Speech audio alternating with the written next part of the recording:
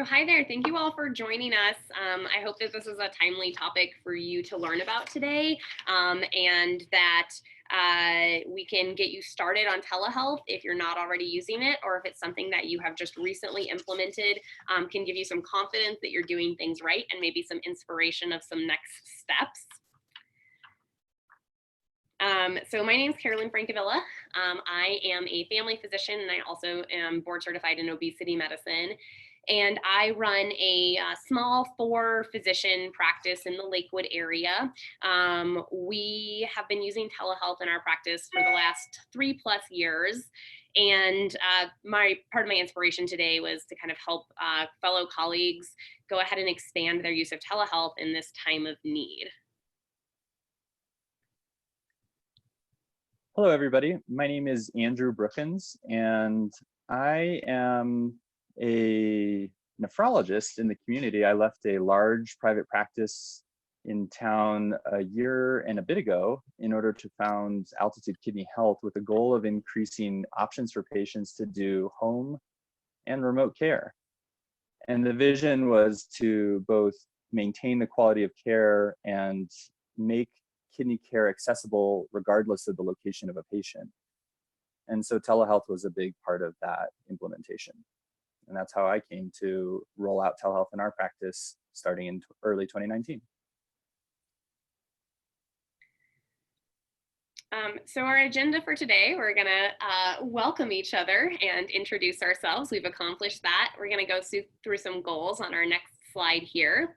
We're going to talk a lot about why telehealth. So you'll hear from Andrew and I on why we really are doing this, why we think it's important. You'll hear from us on how we use it, and some different ideas of what that might look like in different practice settings. We'll talk about some techniques for conducting an exam via telehealth. That's a common question people have. We'll give some general tips and suggestions.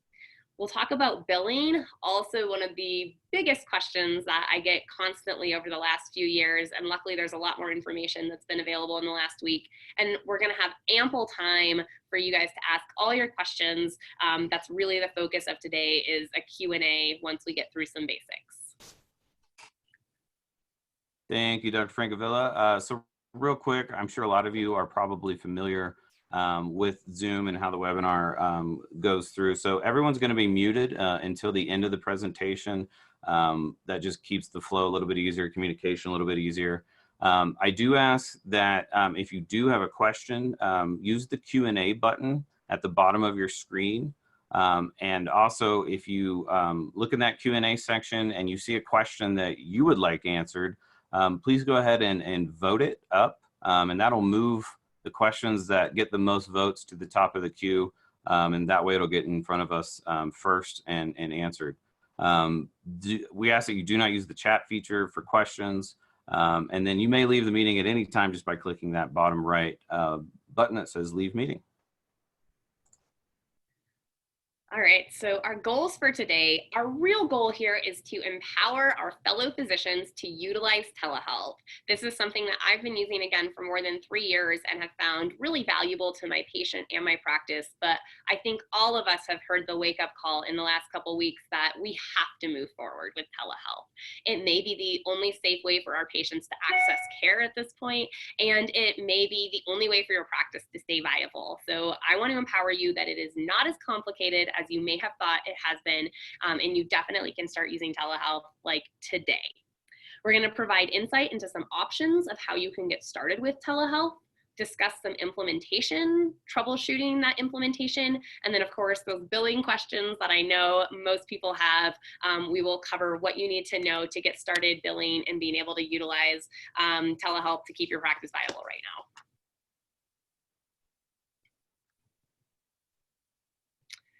So why telehealth? Traditionally telehealth has improved access to care. So a common thing, transportation, no longer need to get accessoride. You don't need your friend or family member to drive you. You don't need to use your car or public transportation to get to the appointment. So it gets rid of that barrier. It also is super efficient. So instead of having to drive to my office, which I have patients that are 10 minutes away, I have patients that live an hour away, park in my parking lot, sit in my waiting room. We have super short waits at my office, but they're still sitting there for a few minutes, do the appointment, and then drive back to their office or home. Now they log in at exactly their appointment time. We both get through the appointment super efficiently, and the patient is able to get back to their daily life with minimal impact on their schedule. So this really helps with adherence because people are much more willing to follow up in 2 weeks or a month when all they have to do is log in for a video appointment for 15 or 20 minutes, as opposed to take time off, drive across town, park, deal with traffic, all those things. So that's kind of a traditional reason why I think telehealth is super important. And then it's also very flexible for the physician. So telehealth allows a physician to really work from anywhere. So you could do it from your home, you could do it from your vacation, you could really do it anywhere you're at. And so it adds more flexibility to our lives as physicians as well. It could even increase hours. So you may not necessarily be willing to do an appointment in your office at 8 p.m. There might be some safety and logistics concerns there, but maybe you're willing to offer evening or weekend appointments when you can simply do that by telehealth. So again, really helps with access for patients and physicians in a traditional sense. So I'm going to kind of break out and tell you about my experience. Let's go back to that last slide, Stephen, with how we have used telehealth, or why I'm using telehealth, and then I'll let Andrew share his story as well. So 3 years ago, Colorado started covering telehealth. And so most insurers were required to pay the same amount for a telehealth appointment as for an in-person. And that was super helpful to our practice because we do a lot of close follow-up with our patients. We really value that patient-physician relationship, and we do a lot of health coaching and a lot of lifestyle change. And so that really allowed for more frequent check-ins for us. One of my physicians also spends a lot of his time out of state, and so that allowed him to be out of state, but also still provide continuity of care for his patients via telehealth. So that was really helpful as well. And then we liked the idea as a practice is, again, that flexibility. So the idea that, if I was out of town or I needed to be home with my children, that I could still be able to provide patient care without having to be physically present in the office.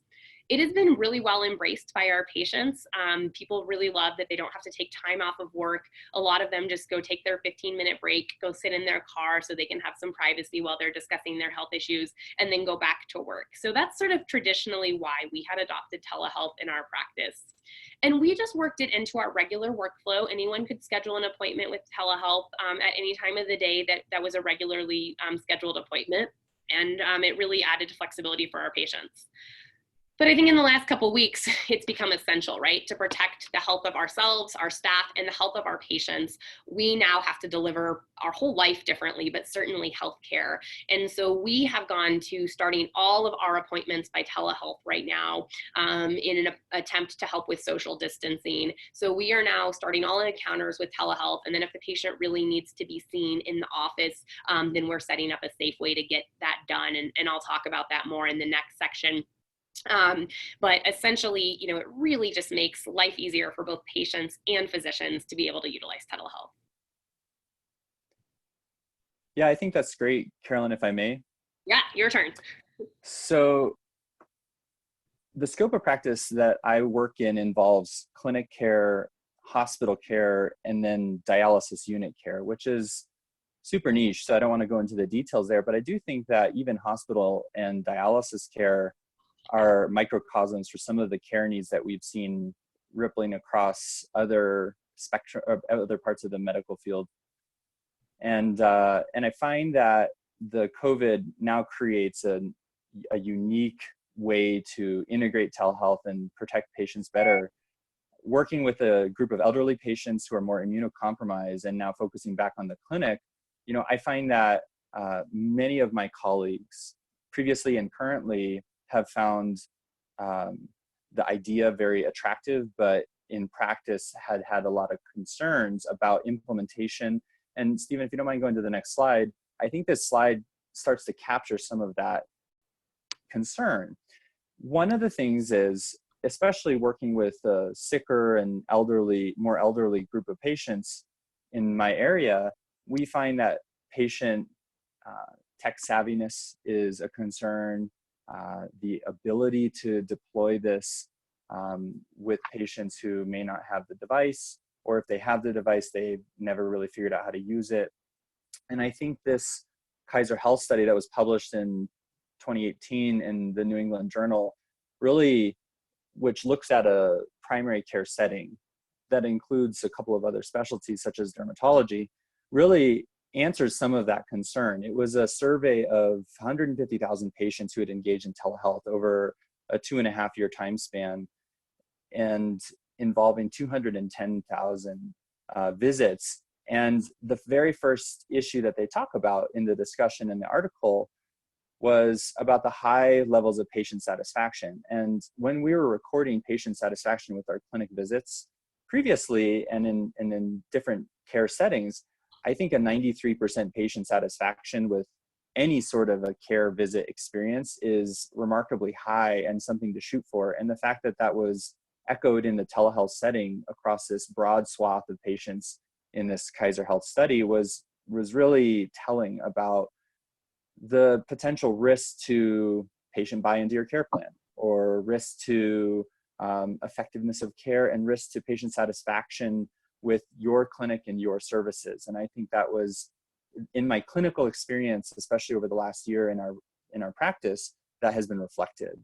In addition, I think Carolyn brings up a really important point, which is that you may be able to flex and see more patients in a more varied setting if you allow telehealth into your practice, just from the perspective of, A, you don't have to be in the office at 6 p.m., and B, the median visit length was 8.2 minutes in this Kaiser Health study, and that is much faster. And this is, again, a primary care setting and may be a little bit different from what I see in my practice, but I think it points directly to the fact that patients are highly satisfied.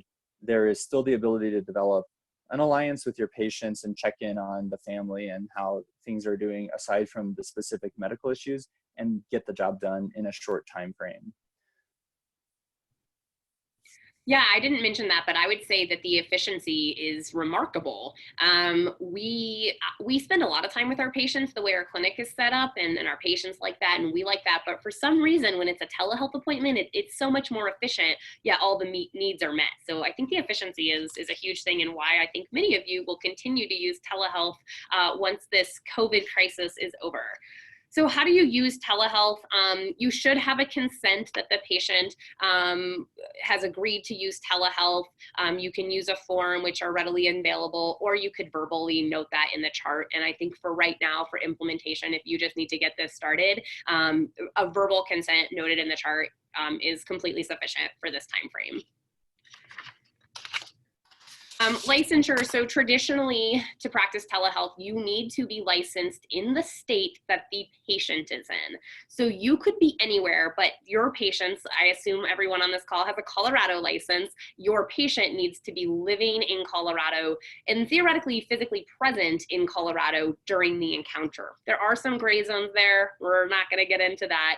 There are some interesting things going on right now with state geographic restrictions temporarily being lifted. That's been lifted somewhat for Medicare, but that's really still going to be state dependent. So if you're risk adverse, I would recommend still mostly seeing patients in Colorado, but do what your conscience says right now. These are unique times, unique circumstances, but traditionally you have to have a license in the state that the patient is in. You could be anywhere, you could be in Hawaii, you could be in Portland, but the patient needs to be in Colorado. That's great.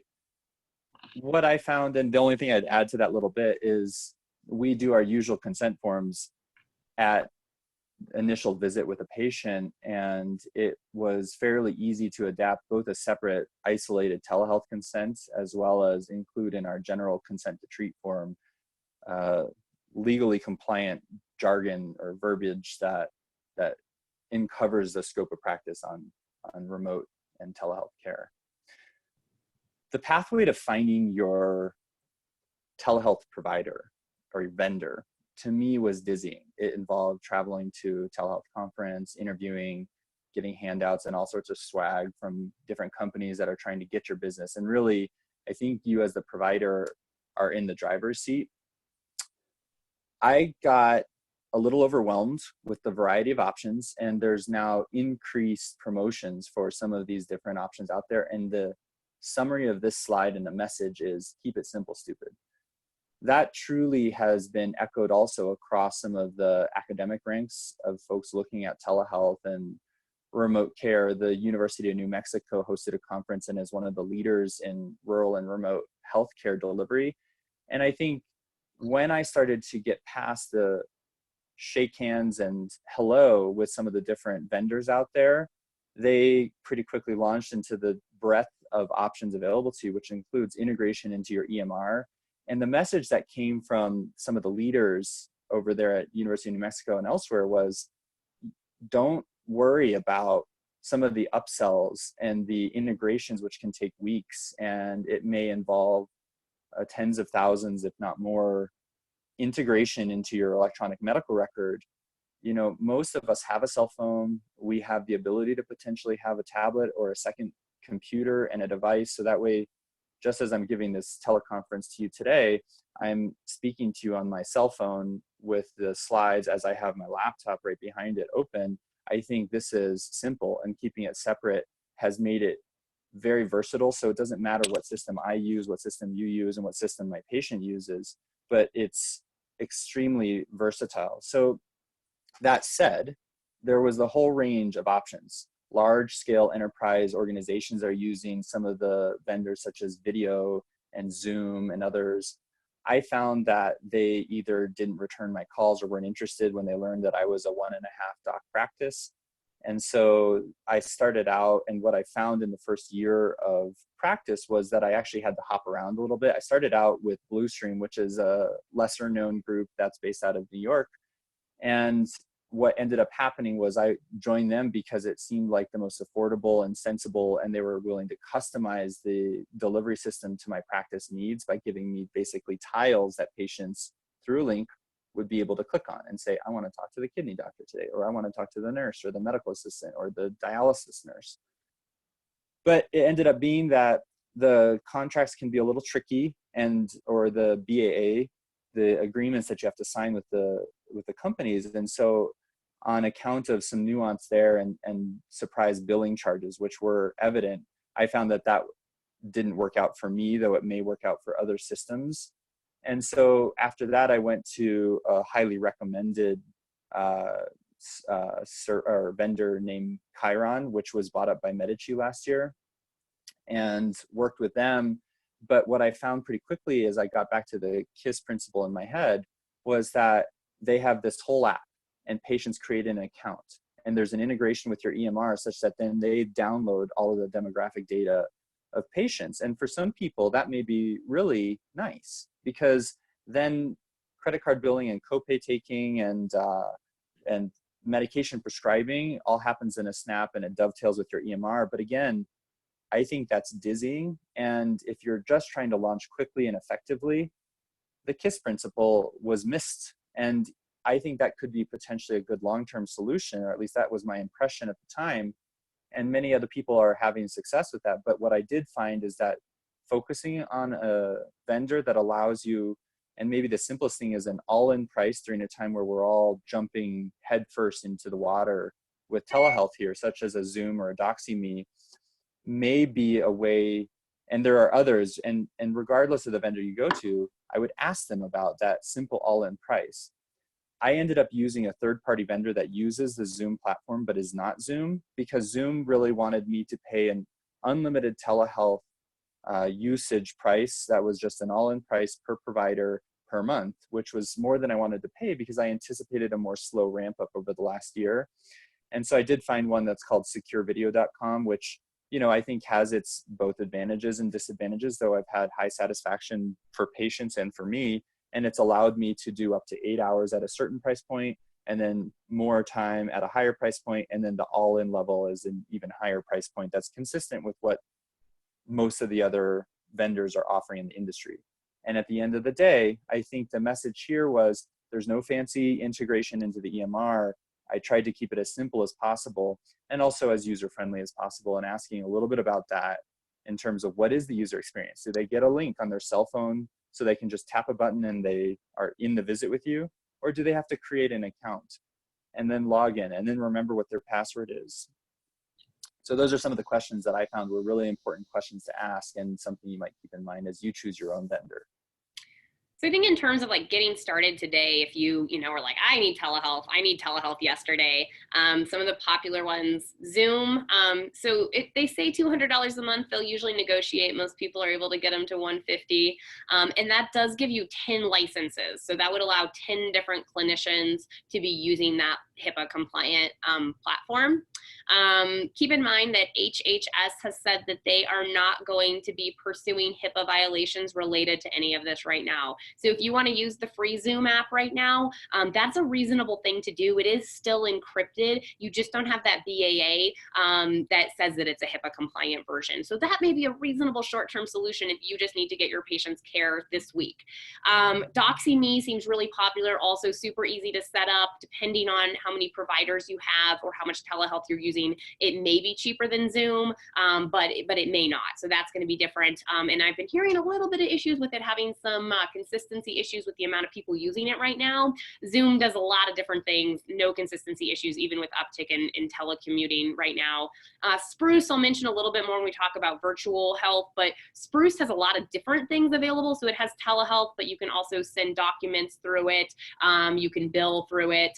Not bill, you can charge patients. So perhaps if you're a cash-based practice, that one might work well right now. So just a lot of different options, but I do think that Zoom and DoxyMe, or what I'm hearing in all my social circles, are the easiest to get started on if you're like, I need HIPAA compliance and I need it yesterday.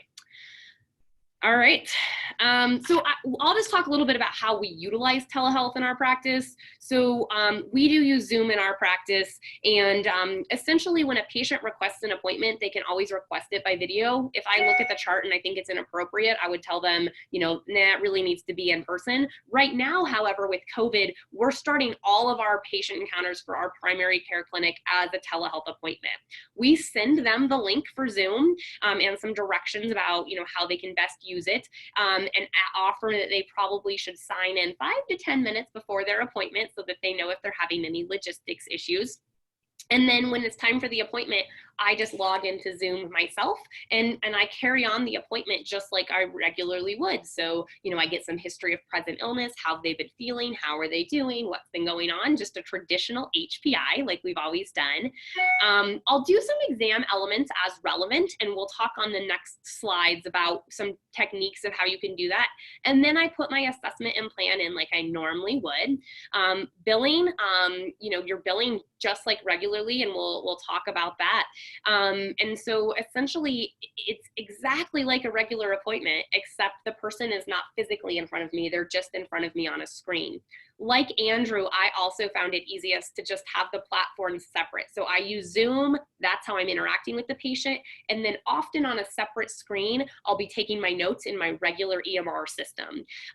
If it's all on one computer, maybe when I'm home, I just minimize the screen and pull up a miniature version of myself right under my little camera on top so I can see the patient. And then I still have access to the chart and I'm making eye contact with them while I'm typing away doing their note. So certainly can be efficient, and probably having separate systems makes it more efficient for most patients and most clinicians. And I'd just add to that getting your front desk and support clinical staff to buy into the solution, because they are the ones who will truly make your life great or miserable, in terms of seeing your patients and keeping on schedule with telehealth, I think was really an important part of it. I also see a hand raise from Dr. Minzer. I don't know how to allow her to talk. Oh yeah, so it looks like she had a comment here maybe about how Doxy was not that great. I'm gonna actually maybe answer a little bit of that question here in a second. So, but again, I'm a Zoom fan. I get no money from them. If they want to give me money, I'll take it, Zoom. But it's worked really well. I've had no issues, and I think they have the capacity to handle the uptick in volume right now. So exam tips. So people are like, how do you do an exam with telehealth? So we'll talk a little bit about some things that you might utilize. So number one, you might be able to use some technology. A lot of patients have Apple Watches that allows you to check a pulse super easily. If you have the new Apple Watch, it actually will give you a rhythm strip. And so you can check if someone's in AFib or has an irregular rhythm. So that's super cool. People might also have other equipment at home. A lot of patients have blood pressure cuffs. You might order one for them right now if they don't and you think that they need one. Some patients have a pulse ox at home. They have a scale where they can weigh themselves, maybe relevant for what I do, obesity medicine, but heart failure, dialysis, like certainly times where we want to know a weight. Many people have that or could easily get that right now if you think that they need that.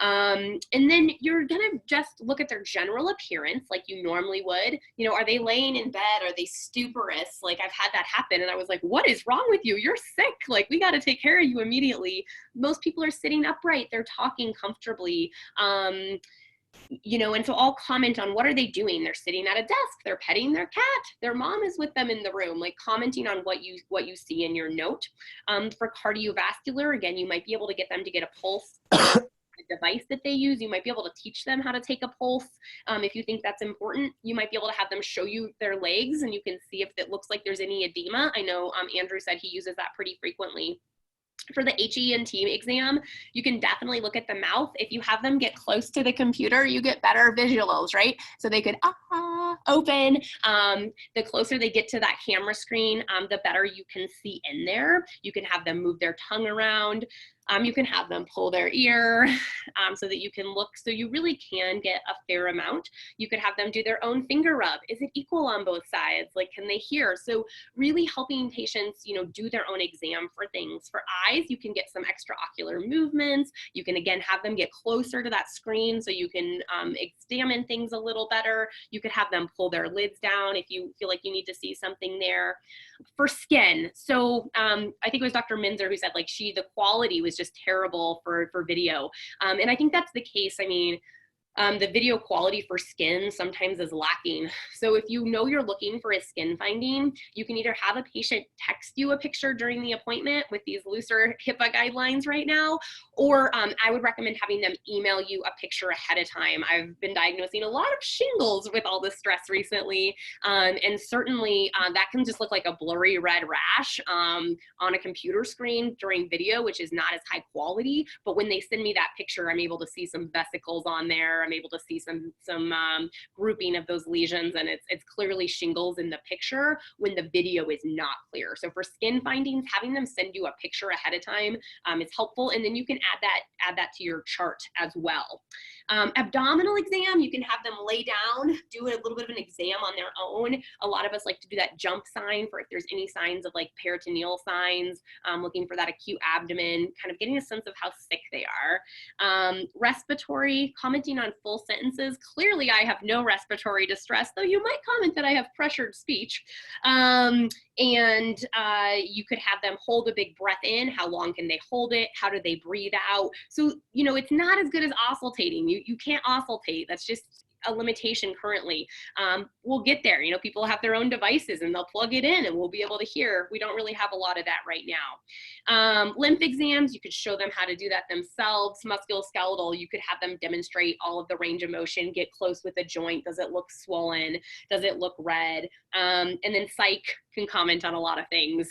Psych has been the biggest adopter of telehealth because their exam is so much easier. So quick telehealth exam tips. I want to make sure we have tons of time for questions, so I went through that real quick there.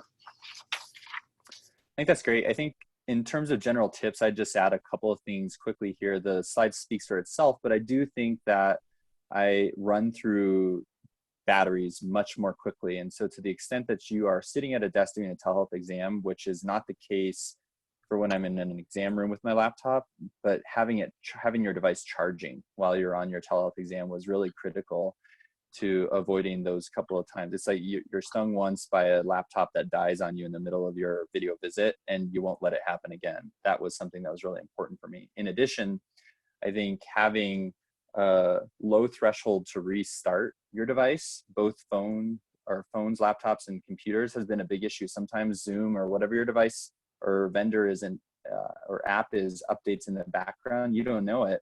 And I've been prohibited from seeing some of my patients or them seeing me purely because we didn't restart our devices. And so I find that the usual tendency these days that I have to just leave the computer on forever and just sleep it when I go home at nighttime has become a sticking point for some seamless video visits that can be addressed just by a restart. Finally, I think the one other thing that I would just say here is that we've had some failures. I have some patients who just can't get on, and we are starting to roll out what is basically a time limit. You know, despite the level of frustration, if we're hitting that 10-minute mark and we're still not getting the video connection or the whatever connection, audio or something else, we have a low threshold to convert a video visit into an in-person visit in our clinic. And at least we did before COVID. Right now, clearly there's higher risk associated with that. And so you can convert things into a telephone call and still bill for it because of the remarkable time that we're in at this point. But generally speaking, in pre-COVID era, we would have patients that for whom we saved both a safe and effective care plan for them, as well as, you know, their own buy-in to the clinic and satisfaction for the visit, just by, you know, converting their visit, canceling the telehealth and converting it into an in-person visit in a timely fashion at the beginning of visit. So you have to be willing to lose a couple, fail on a couple, reschedule a couple in order to launch this service. And I find that small amount of flexibility goes a long way for your own satisfaction and sort of keeping your blood pressure under control as well as your patient's satisfaction. One thing with the exams, you know, since we're doing almost virtual for our primary care practice right now, there was a few cases last week that made me a little nervous. I would have really liked to see that person in person. And so what we are implementing is we're doing a lot more close phone follow-up right now, and then convert that to a telehealth appointment if it's necessary to reevaluate the patient. But that's providing reassurance. You know, I had someone with a red swollen leg last week. A little bit of my head was like, is this a DVT? There was a lot of reasons I thought it wasn't. And so we did close follow-up, was able to have her send me pictures again, and felt confident that my treatment plan for her had been correct. So, you know, we have to be a little flexible right now in the era of COVID, of really that risk benefit of when we want to see people and what's an appropriate plan. And we always need to realize that if we do need to see the person in person, we need to, and we still are going to have to do that to some degree. And so we need to have that threshold of, look, this needs to be in person. Like, I just have to see you today. There's no safe way I can do this by telehealth, and let the patient know that if that's the case. All right, we're gonna move on to billing so that we can have plenty of times for questions. So, you know, until about 2 weeks ago, finding guidance on how to bill for telehealth was almost impossible. Now there's a lot more guidance out there, but a lot of it conflicts. So essentially this. Colorado Medicaid has come out. They're very clear with what they're doing. They're paying for telehealth. They always have been. And they are going to have you use a modified place of service. Your place of service code is going to be 02 for Medicaid. And then you can use that modifier GT. I have been doing that for 3 years. No issues with Medicaid. So feel confident with that one. Medicaid is also being really awesome right now, and they're covering telephone and live interactive chat as well. So again, you just need to meet your time or your level of complexity to be able to bill for those. So you're still billing an E&M just like you normally would. You know, you're billing either a 99213 or a 99214 most of the time, and you're gonna have that modifier of GT. If you're using Medicaid or Medicare, you want to use that place of service of 02.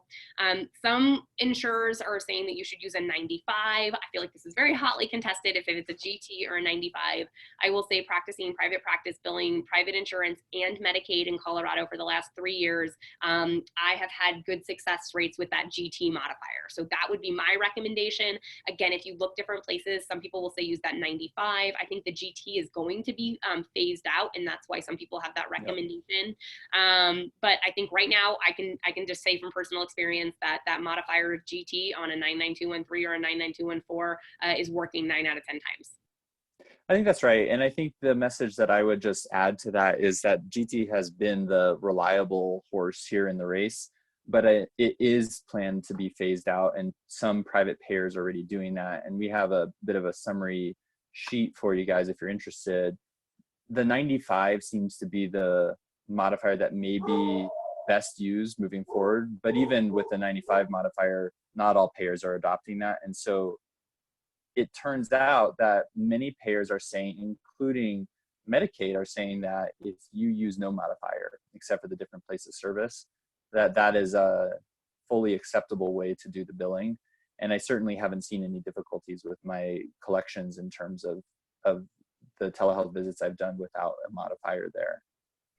And then last slide here, virtual practice. So this is taking things up a level. So instead of just doing telehealth, but you still have your brick and mortar practice, you know, as all of us are having to be creative to be able to keep access to care alive and keep our private practice viable, being thoughtful that there's a lot of things we can do electronically. So all of our faxes are electronic, all of our voicemail is electronic.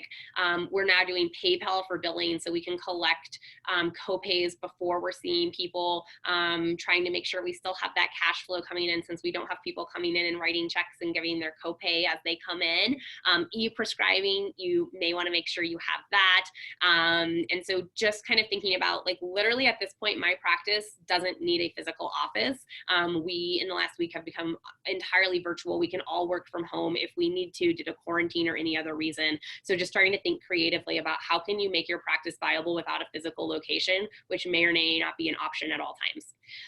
So I think that is the summaries of what we wanted to introduce you to, and we have about 20 minutes for questions, so hopefully we'll be able to address all of that. Stephen, our Foothill CEO, is going to be moderating the questions, so if he doesn't get one of your questions answered, get mad at him, not me, okay? Thanks, Dr. Francavilla. You're welcome. No, Stephen also made this beautiful slideshow, which I thought was gorgeous, and I will have offered to pay him to make my future slides, because it looks so great. So thank you so much for pulling this together on such short notice, Stephen. Thanks, Dr. Francavilla. That's right. And the only thing I would just add, Stephen, is that, you know, I think if anybody has specific questions, you know, I'm also wide open to direct communications by email or text and things like that. I'm happy to pass out my information if that's useful to you. Thanks, Dr. Brookens. And I'll make sure that Dr. Francavilla and Dr. Brookens' contact info are going to be shared too after this presentation. So I just want to remind everybody, so we're going to start with the Q&As first. I do see a hand up. The way that we're going to do this is I'll unmute the person asking the question that typed it up. And then that way we can kind of have a back and forth with the panelists. I would like to make sure and remind everyone to go into the Q&A and upvote questions that you think really should be answered in the time that we have. That'll help us prioritize.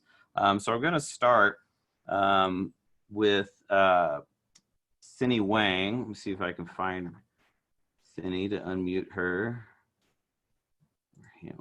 Allow to talk. I think we see the question though too. I can just read it. Good. All right, go for it. So I have the question, billing can be based on complexity and medical decision making with E&M codes. We do not need to have the level of physical exam as an in-person visit. Yes, correct. So for a follow-up patient, so your 99211 or 99215, anywhere through those codes, those have never needed all three elements. So you either need the history elements, you need exam elements, or you need medical decision making. You need 2 out of the 3 of those for follow-ups. That has always been the case for all billing. So you really have never needed an exam, even when a patient was sitting in front of you, unless it's relevant to your medical treatment, right? Like if you're, you know, treating a pneumonia, listening to their lungs probably would be clinically recommended. So for billing, you still can do that as long as you have your history elements that meet the level, as well as your decision making that meets the level. And I love the resource E&M University. If you're not quite sure about how to bill, E&M University is an awesome online tool to help you with billing.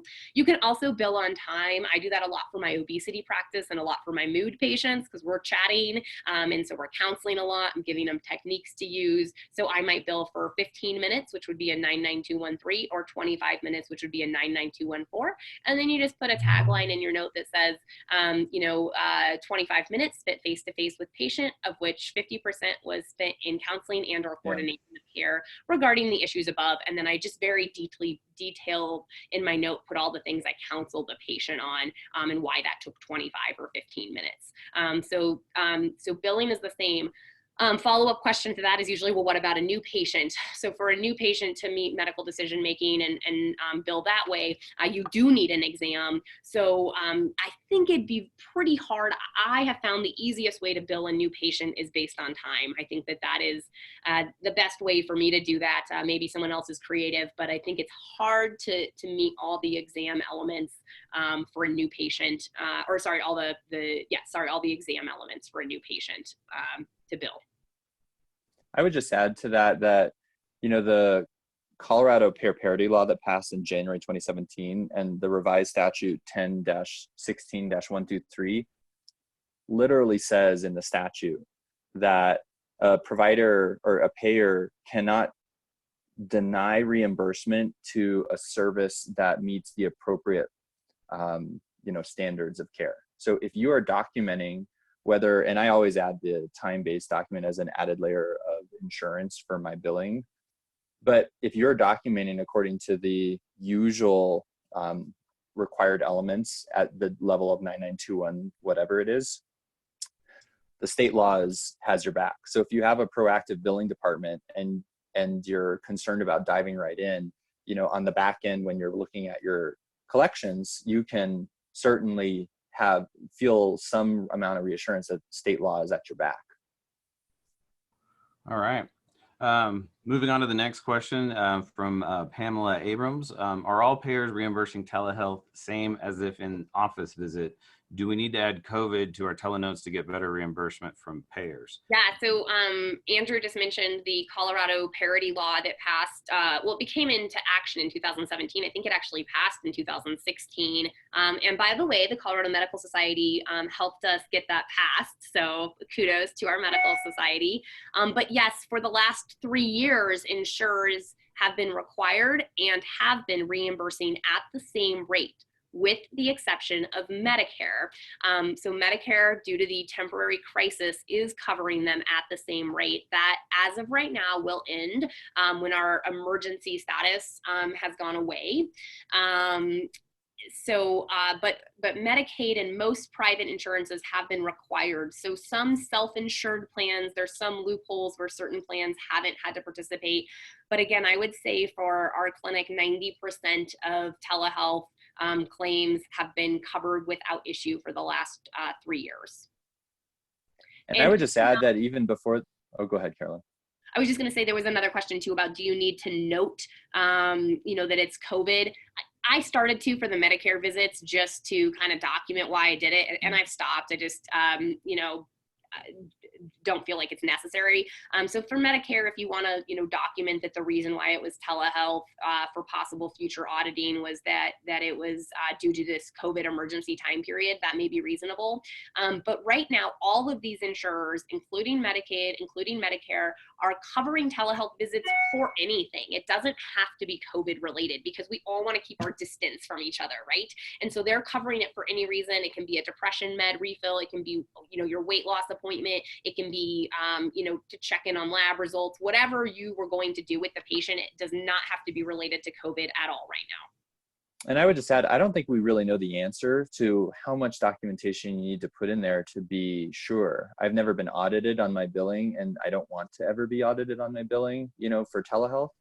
And so I would hope that the date of service is enough to justify the type of billing that you're doing and given the medium that you're using. But I do think that it does probably serve you now to just take the extra 5 seconds to write greater than, X amount of time was spent in direct face-to-face visit with patient by telehealth, or however you prefer to document, or whatever modifier you prefer to use. But I will also say, in the pre-COVID era, my percentage collections on telehealth is identical to my percentage collections of my billing for all in-office visits. So I have not had that issue, even if I didn't use the modifier in the past.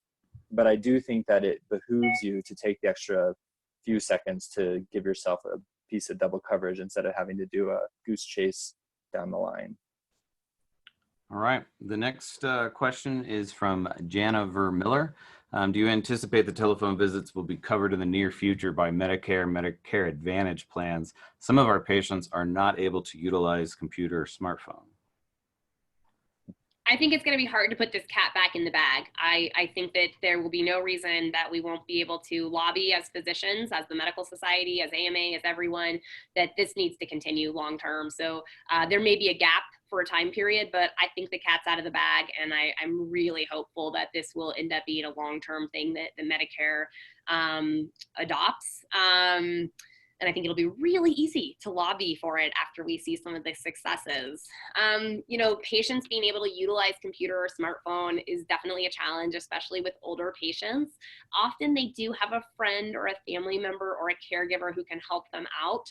And I would say that's a part of why I like Zoom a lot, is because it's a platform that many people have used for other things, for work. And so it's something that the average person is pretty familiar with. When I say, oh, the appointment's going to be by Zoom, a lot of patients are like, oh yeah, I've used Zoom. But my older patients, I have this little old lady I've seen since intern year, and I've always wanted to do telehealth with her, and now I can. And she just had a friend come help get her all set up for the appointment that we did last week. So it is definitely a challenge for people who aren't as familiar with the technology. I think one of the challenges to telehealth deployment, and in direct answer to that question, is, you know, I think that the ability to operationalize a system that endures beyond the COVID pandemic is, it takes a little bit of resource and time. And I think for now, anybody and everybody should make use of the exception for just the use of telephones to get visits done with patients. I share Carolynn's optimism that there may be a pathway forward for this in the future, but that's not written yet. So we don't quite know. And as we don't know, my concern is that there's also probably some space for abuse of the system just using telephone calls with patients. And so I think that if you have a little bit of bandwidth and budget to operationalize both the short-term and the long-term strategy, keep the KISS principle in mind, have no fear about using telephone in the near term, but I wouldn't hesitate to start building what is a long-term operational strategy for deploying telehealth after the guidelines change again and again and again, and after the pandemic. I think my experience has shown that it behooves you, and it will not happen without a little bit of investment of time and money. All right, thank you. I just wanted to give everybody a 10-minute warning. We're probably not going to get to all of these questions, but I want everyone to know that questions that they've asked will be answered just outside of this webinar, but we will have myself, the panelist, or some other staff get back to you with an answer to your question. The next one is from Katie. With private insurance, can you see new patients via telehealth? I'm a bariatric surgeon, and often these patients need several months of visits before we can schedule. Yes, absolutely. I have done 3 this week for weight loss. You definitely can do new patients by telehealth. Absolutely. I would just add one thing to that. Every payer is paying for new visits in the COVID era, but you pose a really valid question, which is you're going to have bariatric patients before and after COVID. And it is only Medicare that has the specific verbiage in their code that says you have to have a pre-existing relationship with the patient before you can see them by telehealth. Medicaid in Colorado, as well as private insurance payers, which is part of this private payer law that passed in 2017, has nothing written. And I have looked high and low and up and down across the gamut to see what's the guideline here. Are you allowed or not allowed? And so I personally believe in the value of a hands-on visit with a patient and establishing that, rapport with a person and the human touch. But in a time where the human touch is clearly risky, I mean, that is something that we're all using now. And even before COVID, I had a very small percentage of my telehealth patients that were new visits that I billed to Medicaid and to private insurance, and I had no problem getting reimbursed for. I wouldn't say that will stand up forever, but I do believe that no matter where I've looked, I haven't found a barrier to new patient visits in Medicaid and private payers, Medicare the exception. All right, we're getting some questions getting bumped above others, but we can answer Adriana Ruiz's question real quick. Do we need to be taking all vitals? What happens if we do not? Yeah, so again, I think a lot of people are so used to that in their clinic flow, but it's not necessary. You actually never have had to do an exam for billing purposes. You've never had to do an exam on an existing patient.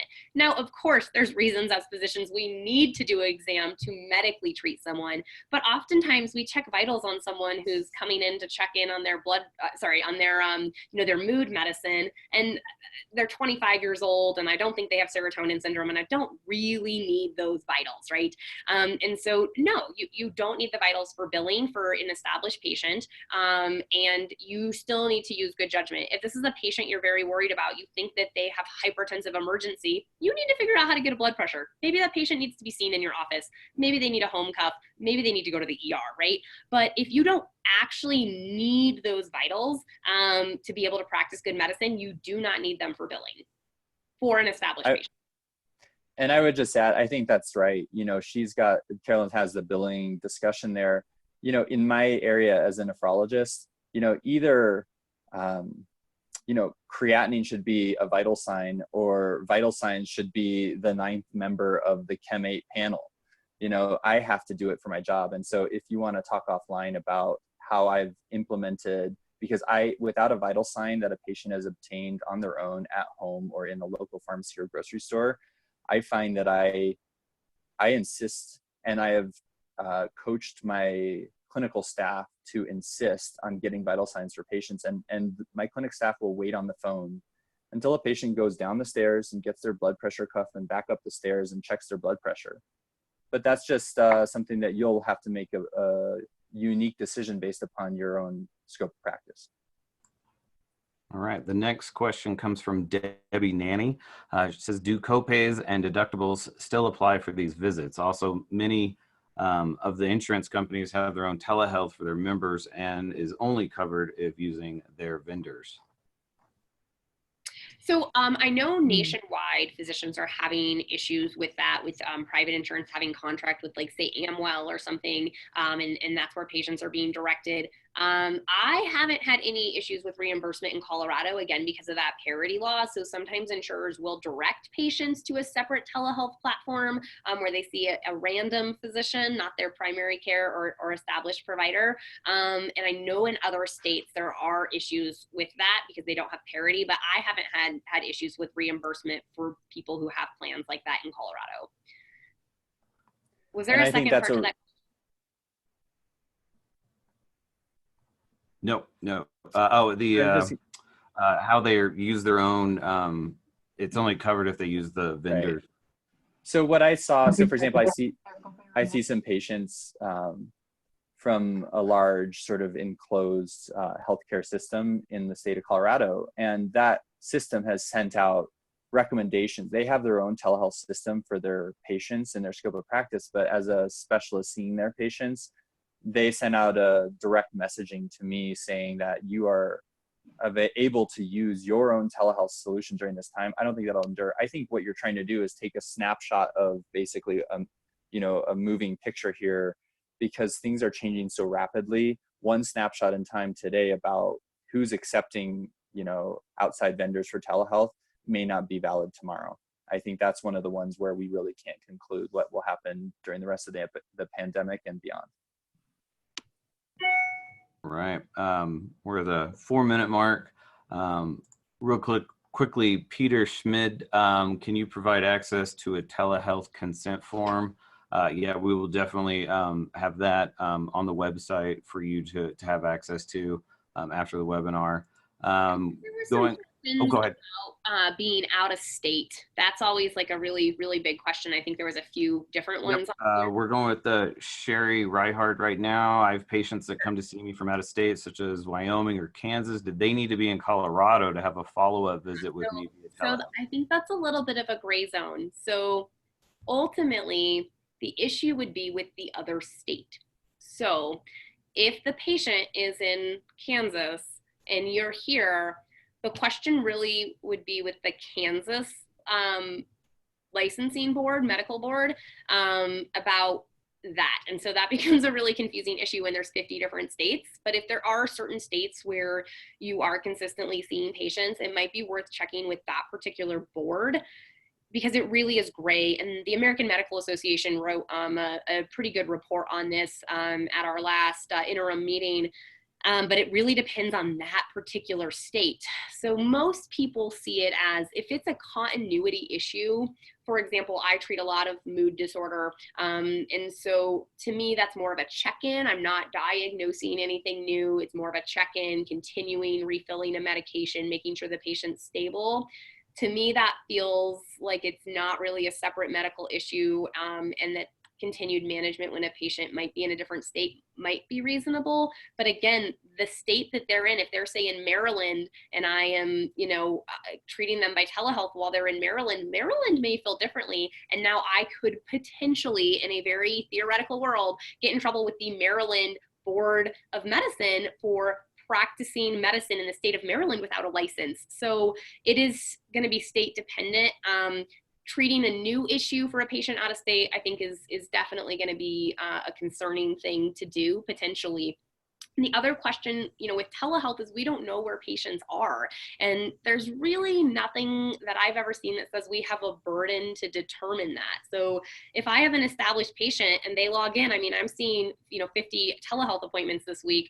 I am not standardly doing anything to determine where that patient is physically located at. Now, hopefully they're all at home because that's where they're supposed to be right now. But we don't necessarily have a way that we're confirming where the patient is for an established patient. So again, a little bit of a gray zone, and the place that would be the issue is the state the patient is in, because that is the state in which you would potentially be breaking medical practice issues. I think that kind of backs into Pamela Abrams' next question. What about Colorado patients that call me from Florida while they're on vacation? So a gray zone. Yeah, it is a gray zone. During the COVID pandemic, the state requirement should be abolished for most payers, but that's also a changing issue by the week. And then I think as long as their primary residence and their regular service with you is an in-person visit in your office in Colorado, I think there is a defensible argument there that Carolynn speaks to, which is you can't be responsible for knowing where at that moment in time the patient is dialing in from. All right. It is 12:59. We have time for just one more question. And again, I want to remind everyone that if your question wasn't answered during this webinar, it will be followed up directly with an answer. Beth is asking, can we do telephone only visits for Medicare and private payers and code with EM based on complexity and medical decision making as we can for Medicaid? It doesn't appear that as of today, private insurances are doing that, nor have they been mandated to do so. Neither has Medicare, correct, Andrew? Medicare is also not covering telephone only for like a 99213. You can use their own special telephone codes, but those reimburse at a much lower rate, about $15 for a telephone visit. And I think that's a great one that we can follow up with you in writing format, because I think you're right about that, Carolynn. And most of my colleagues are billing a separate billing code for telephone only, but I believe that's a rapidly changing area. Yeah, we could have a different answer tomorrow. Yep. All right, the time is 1 o'clock. Thank you all for joining us. A big thanks to Dr. Carolynn Francavilla, Dr. Andrew Brookens for joining us, taking the time. And again, we'll follow up with everybody that didn't get their question answered directly. And we'll more than likely be having this a continuing series to keep people up to date while it evolves. So thanks again, everyone. Thank you. Hills Medical Society.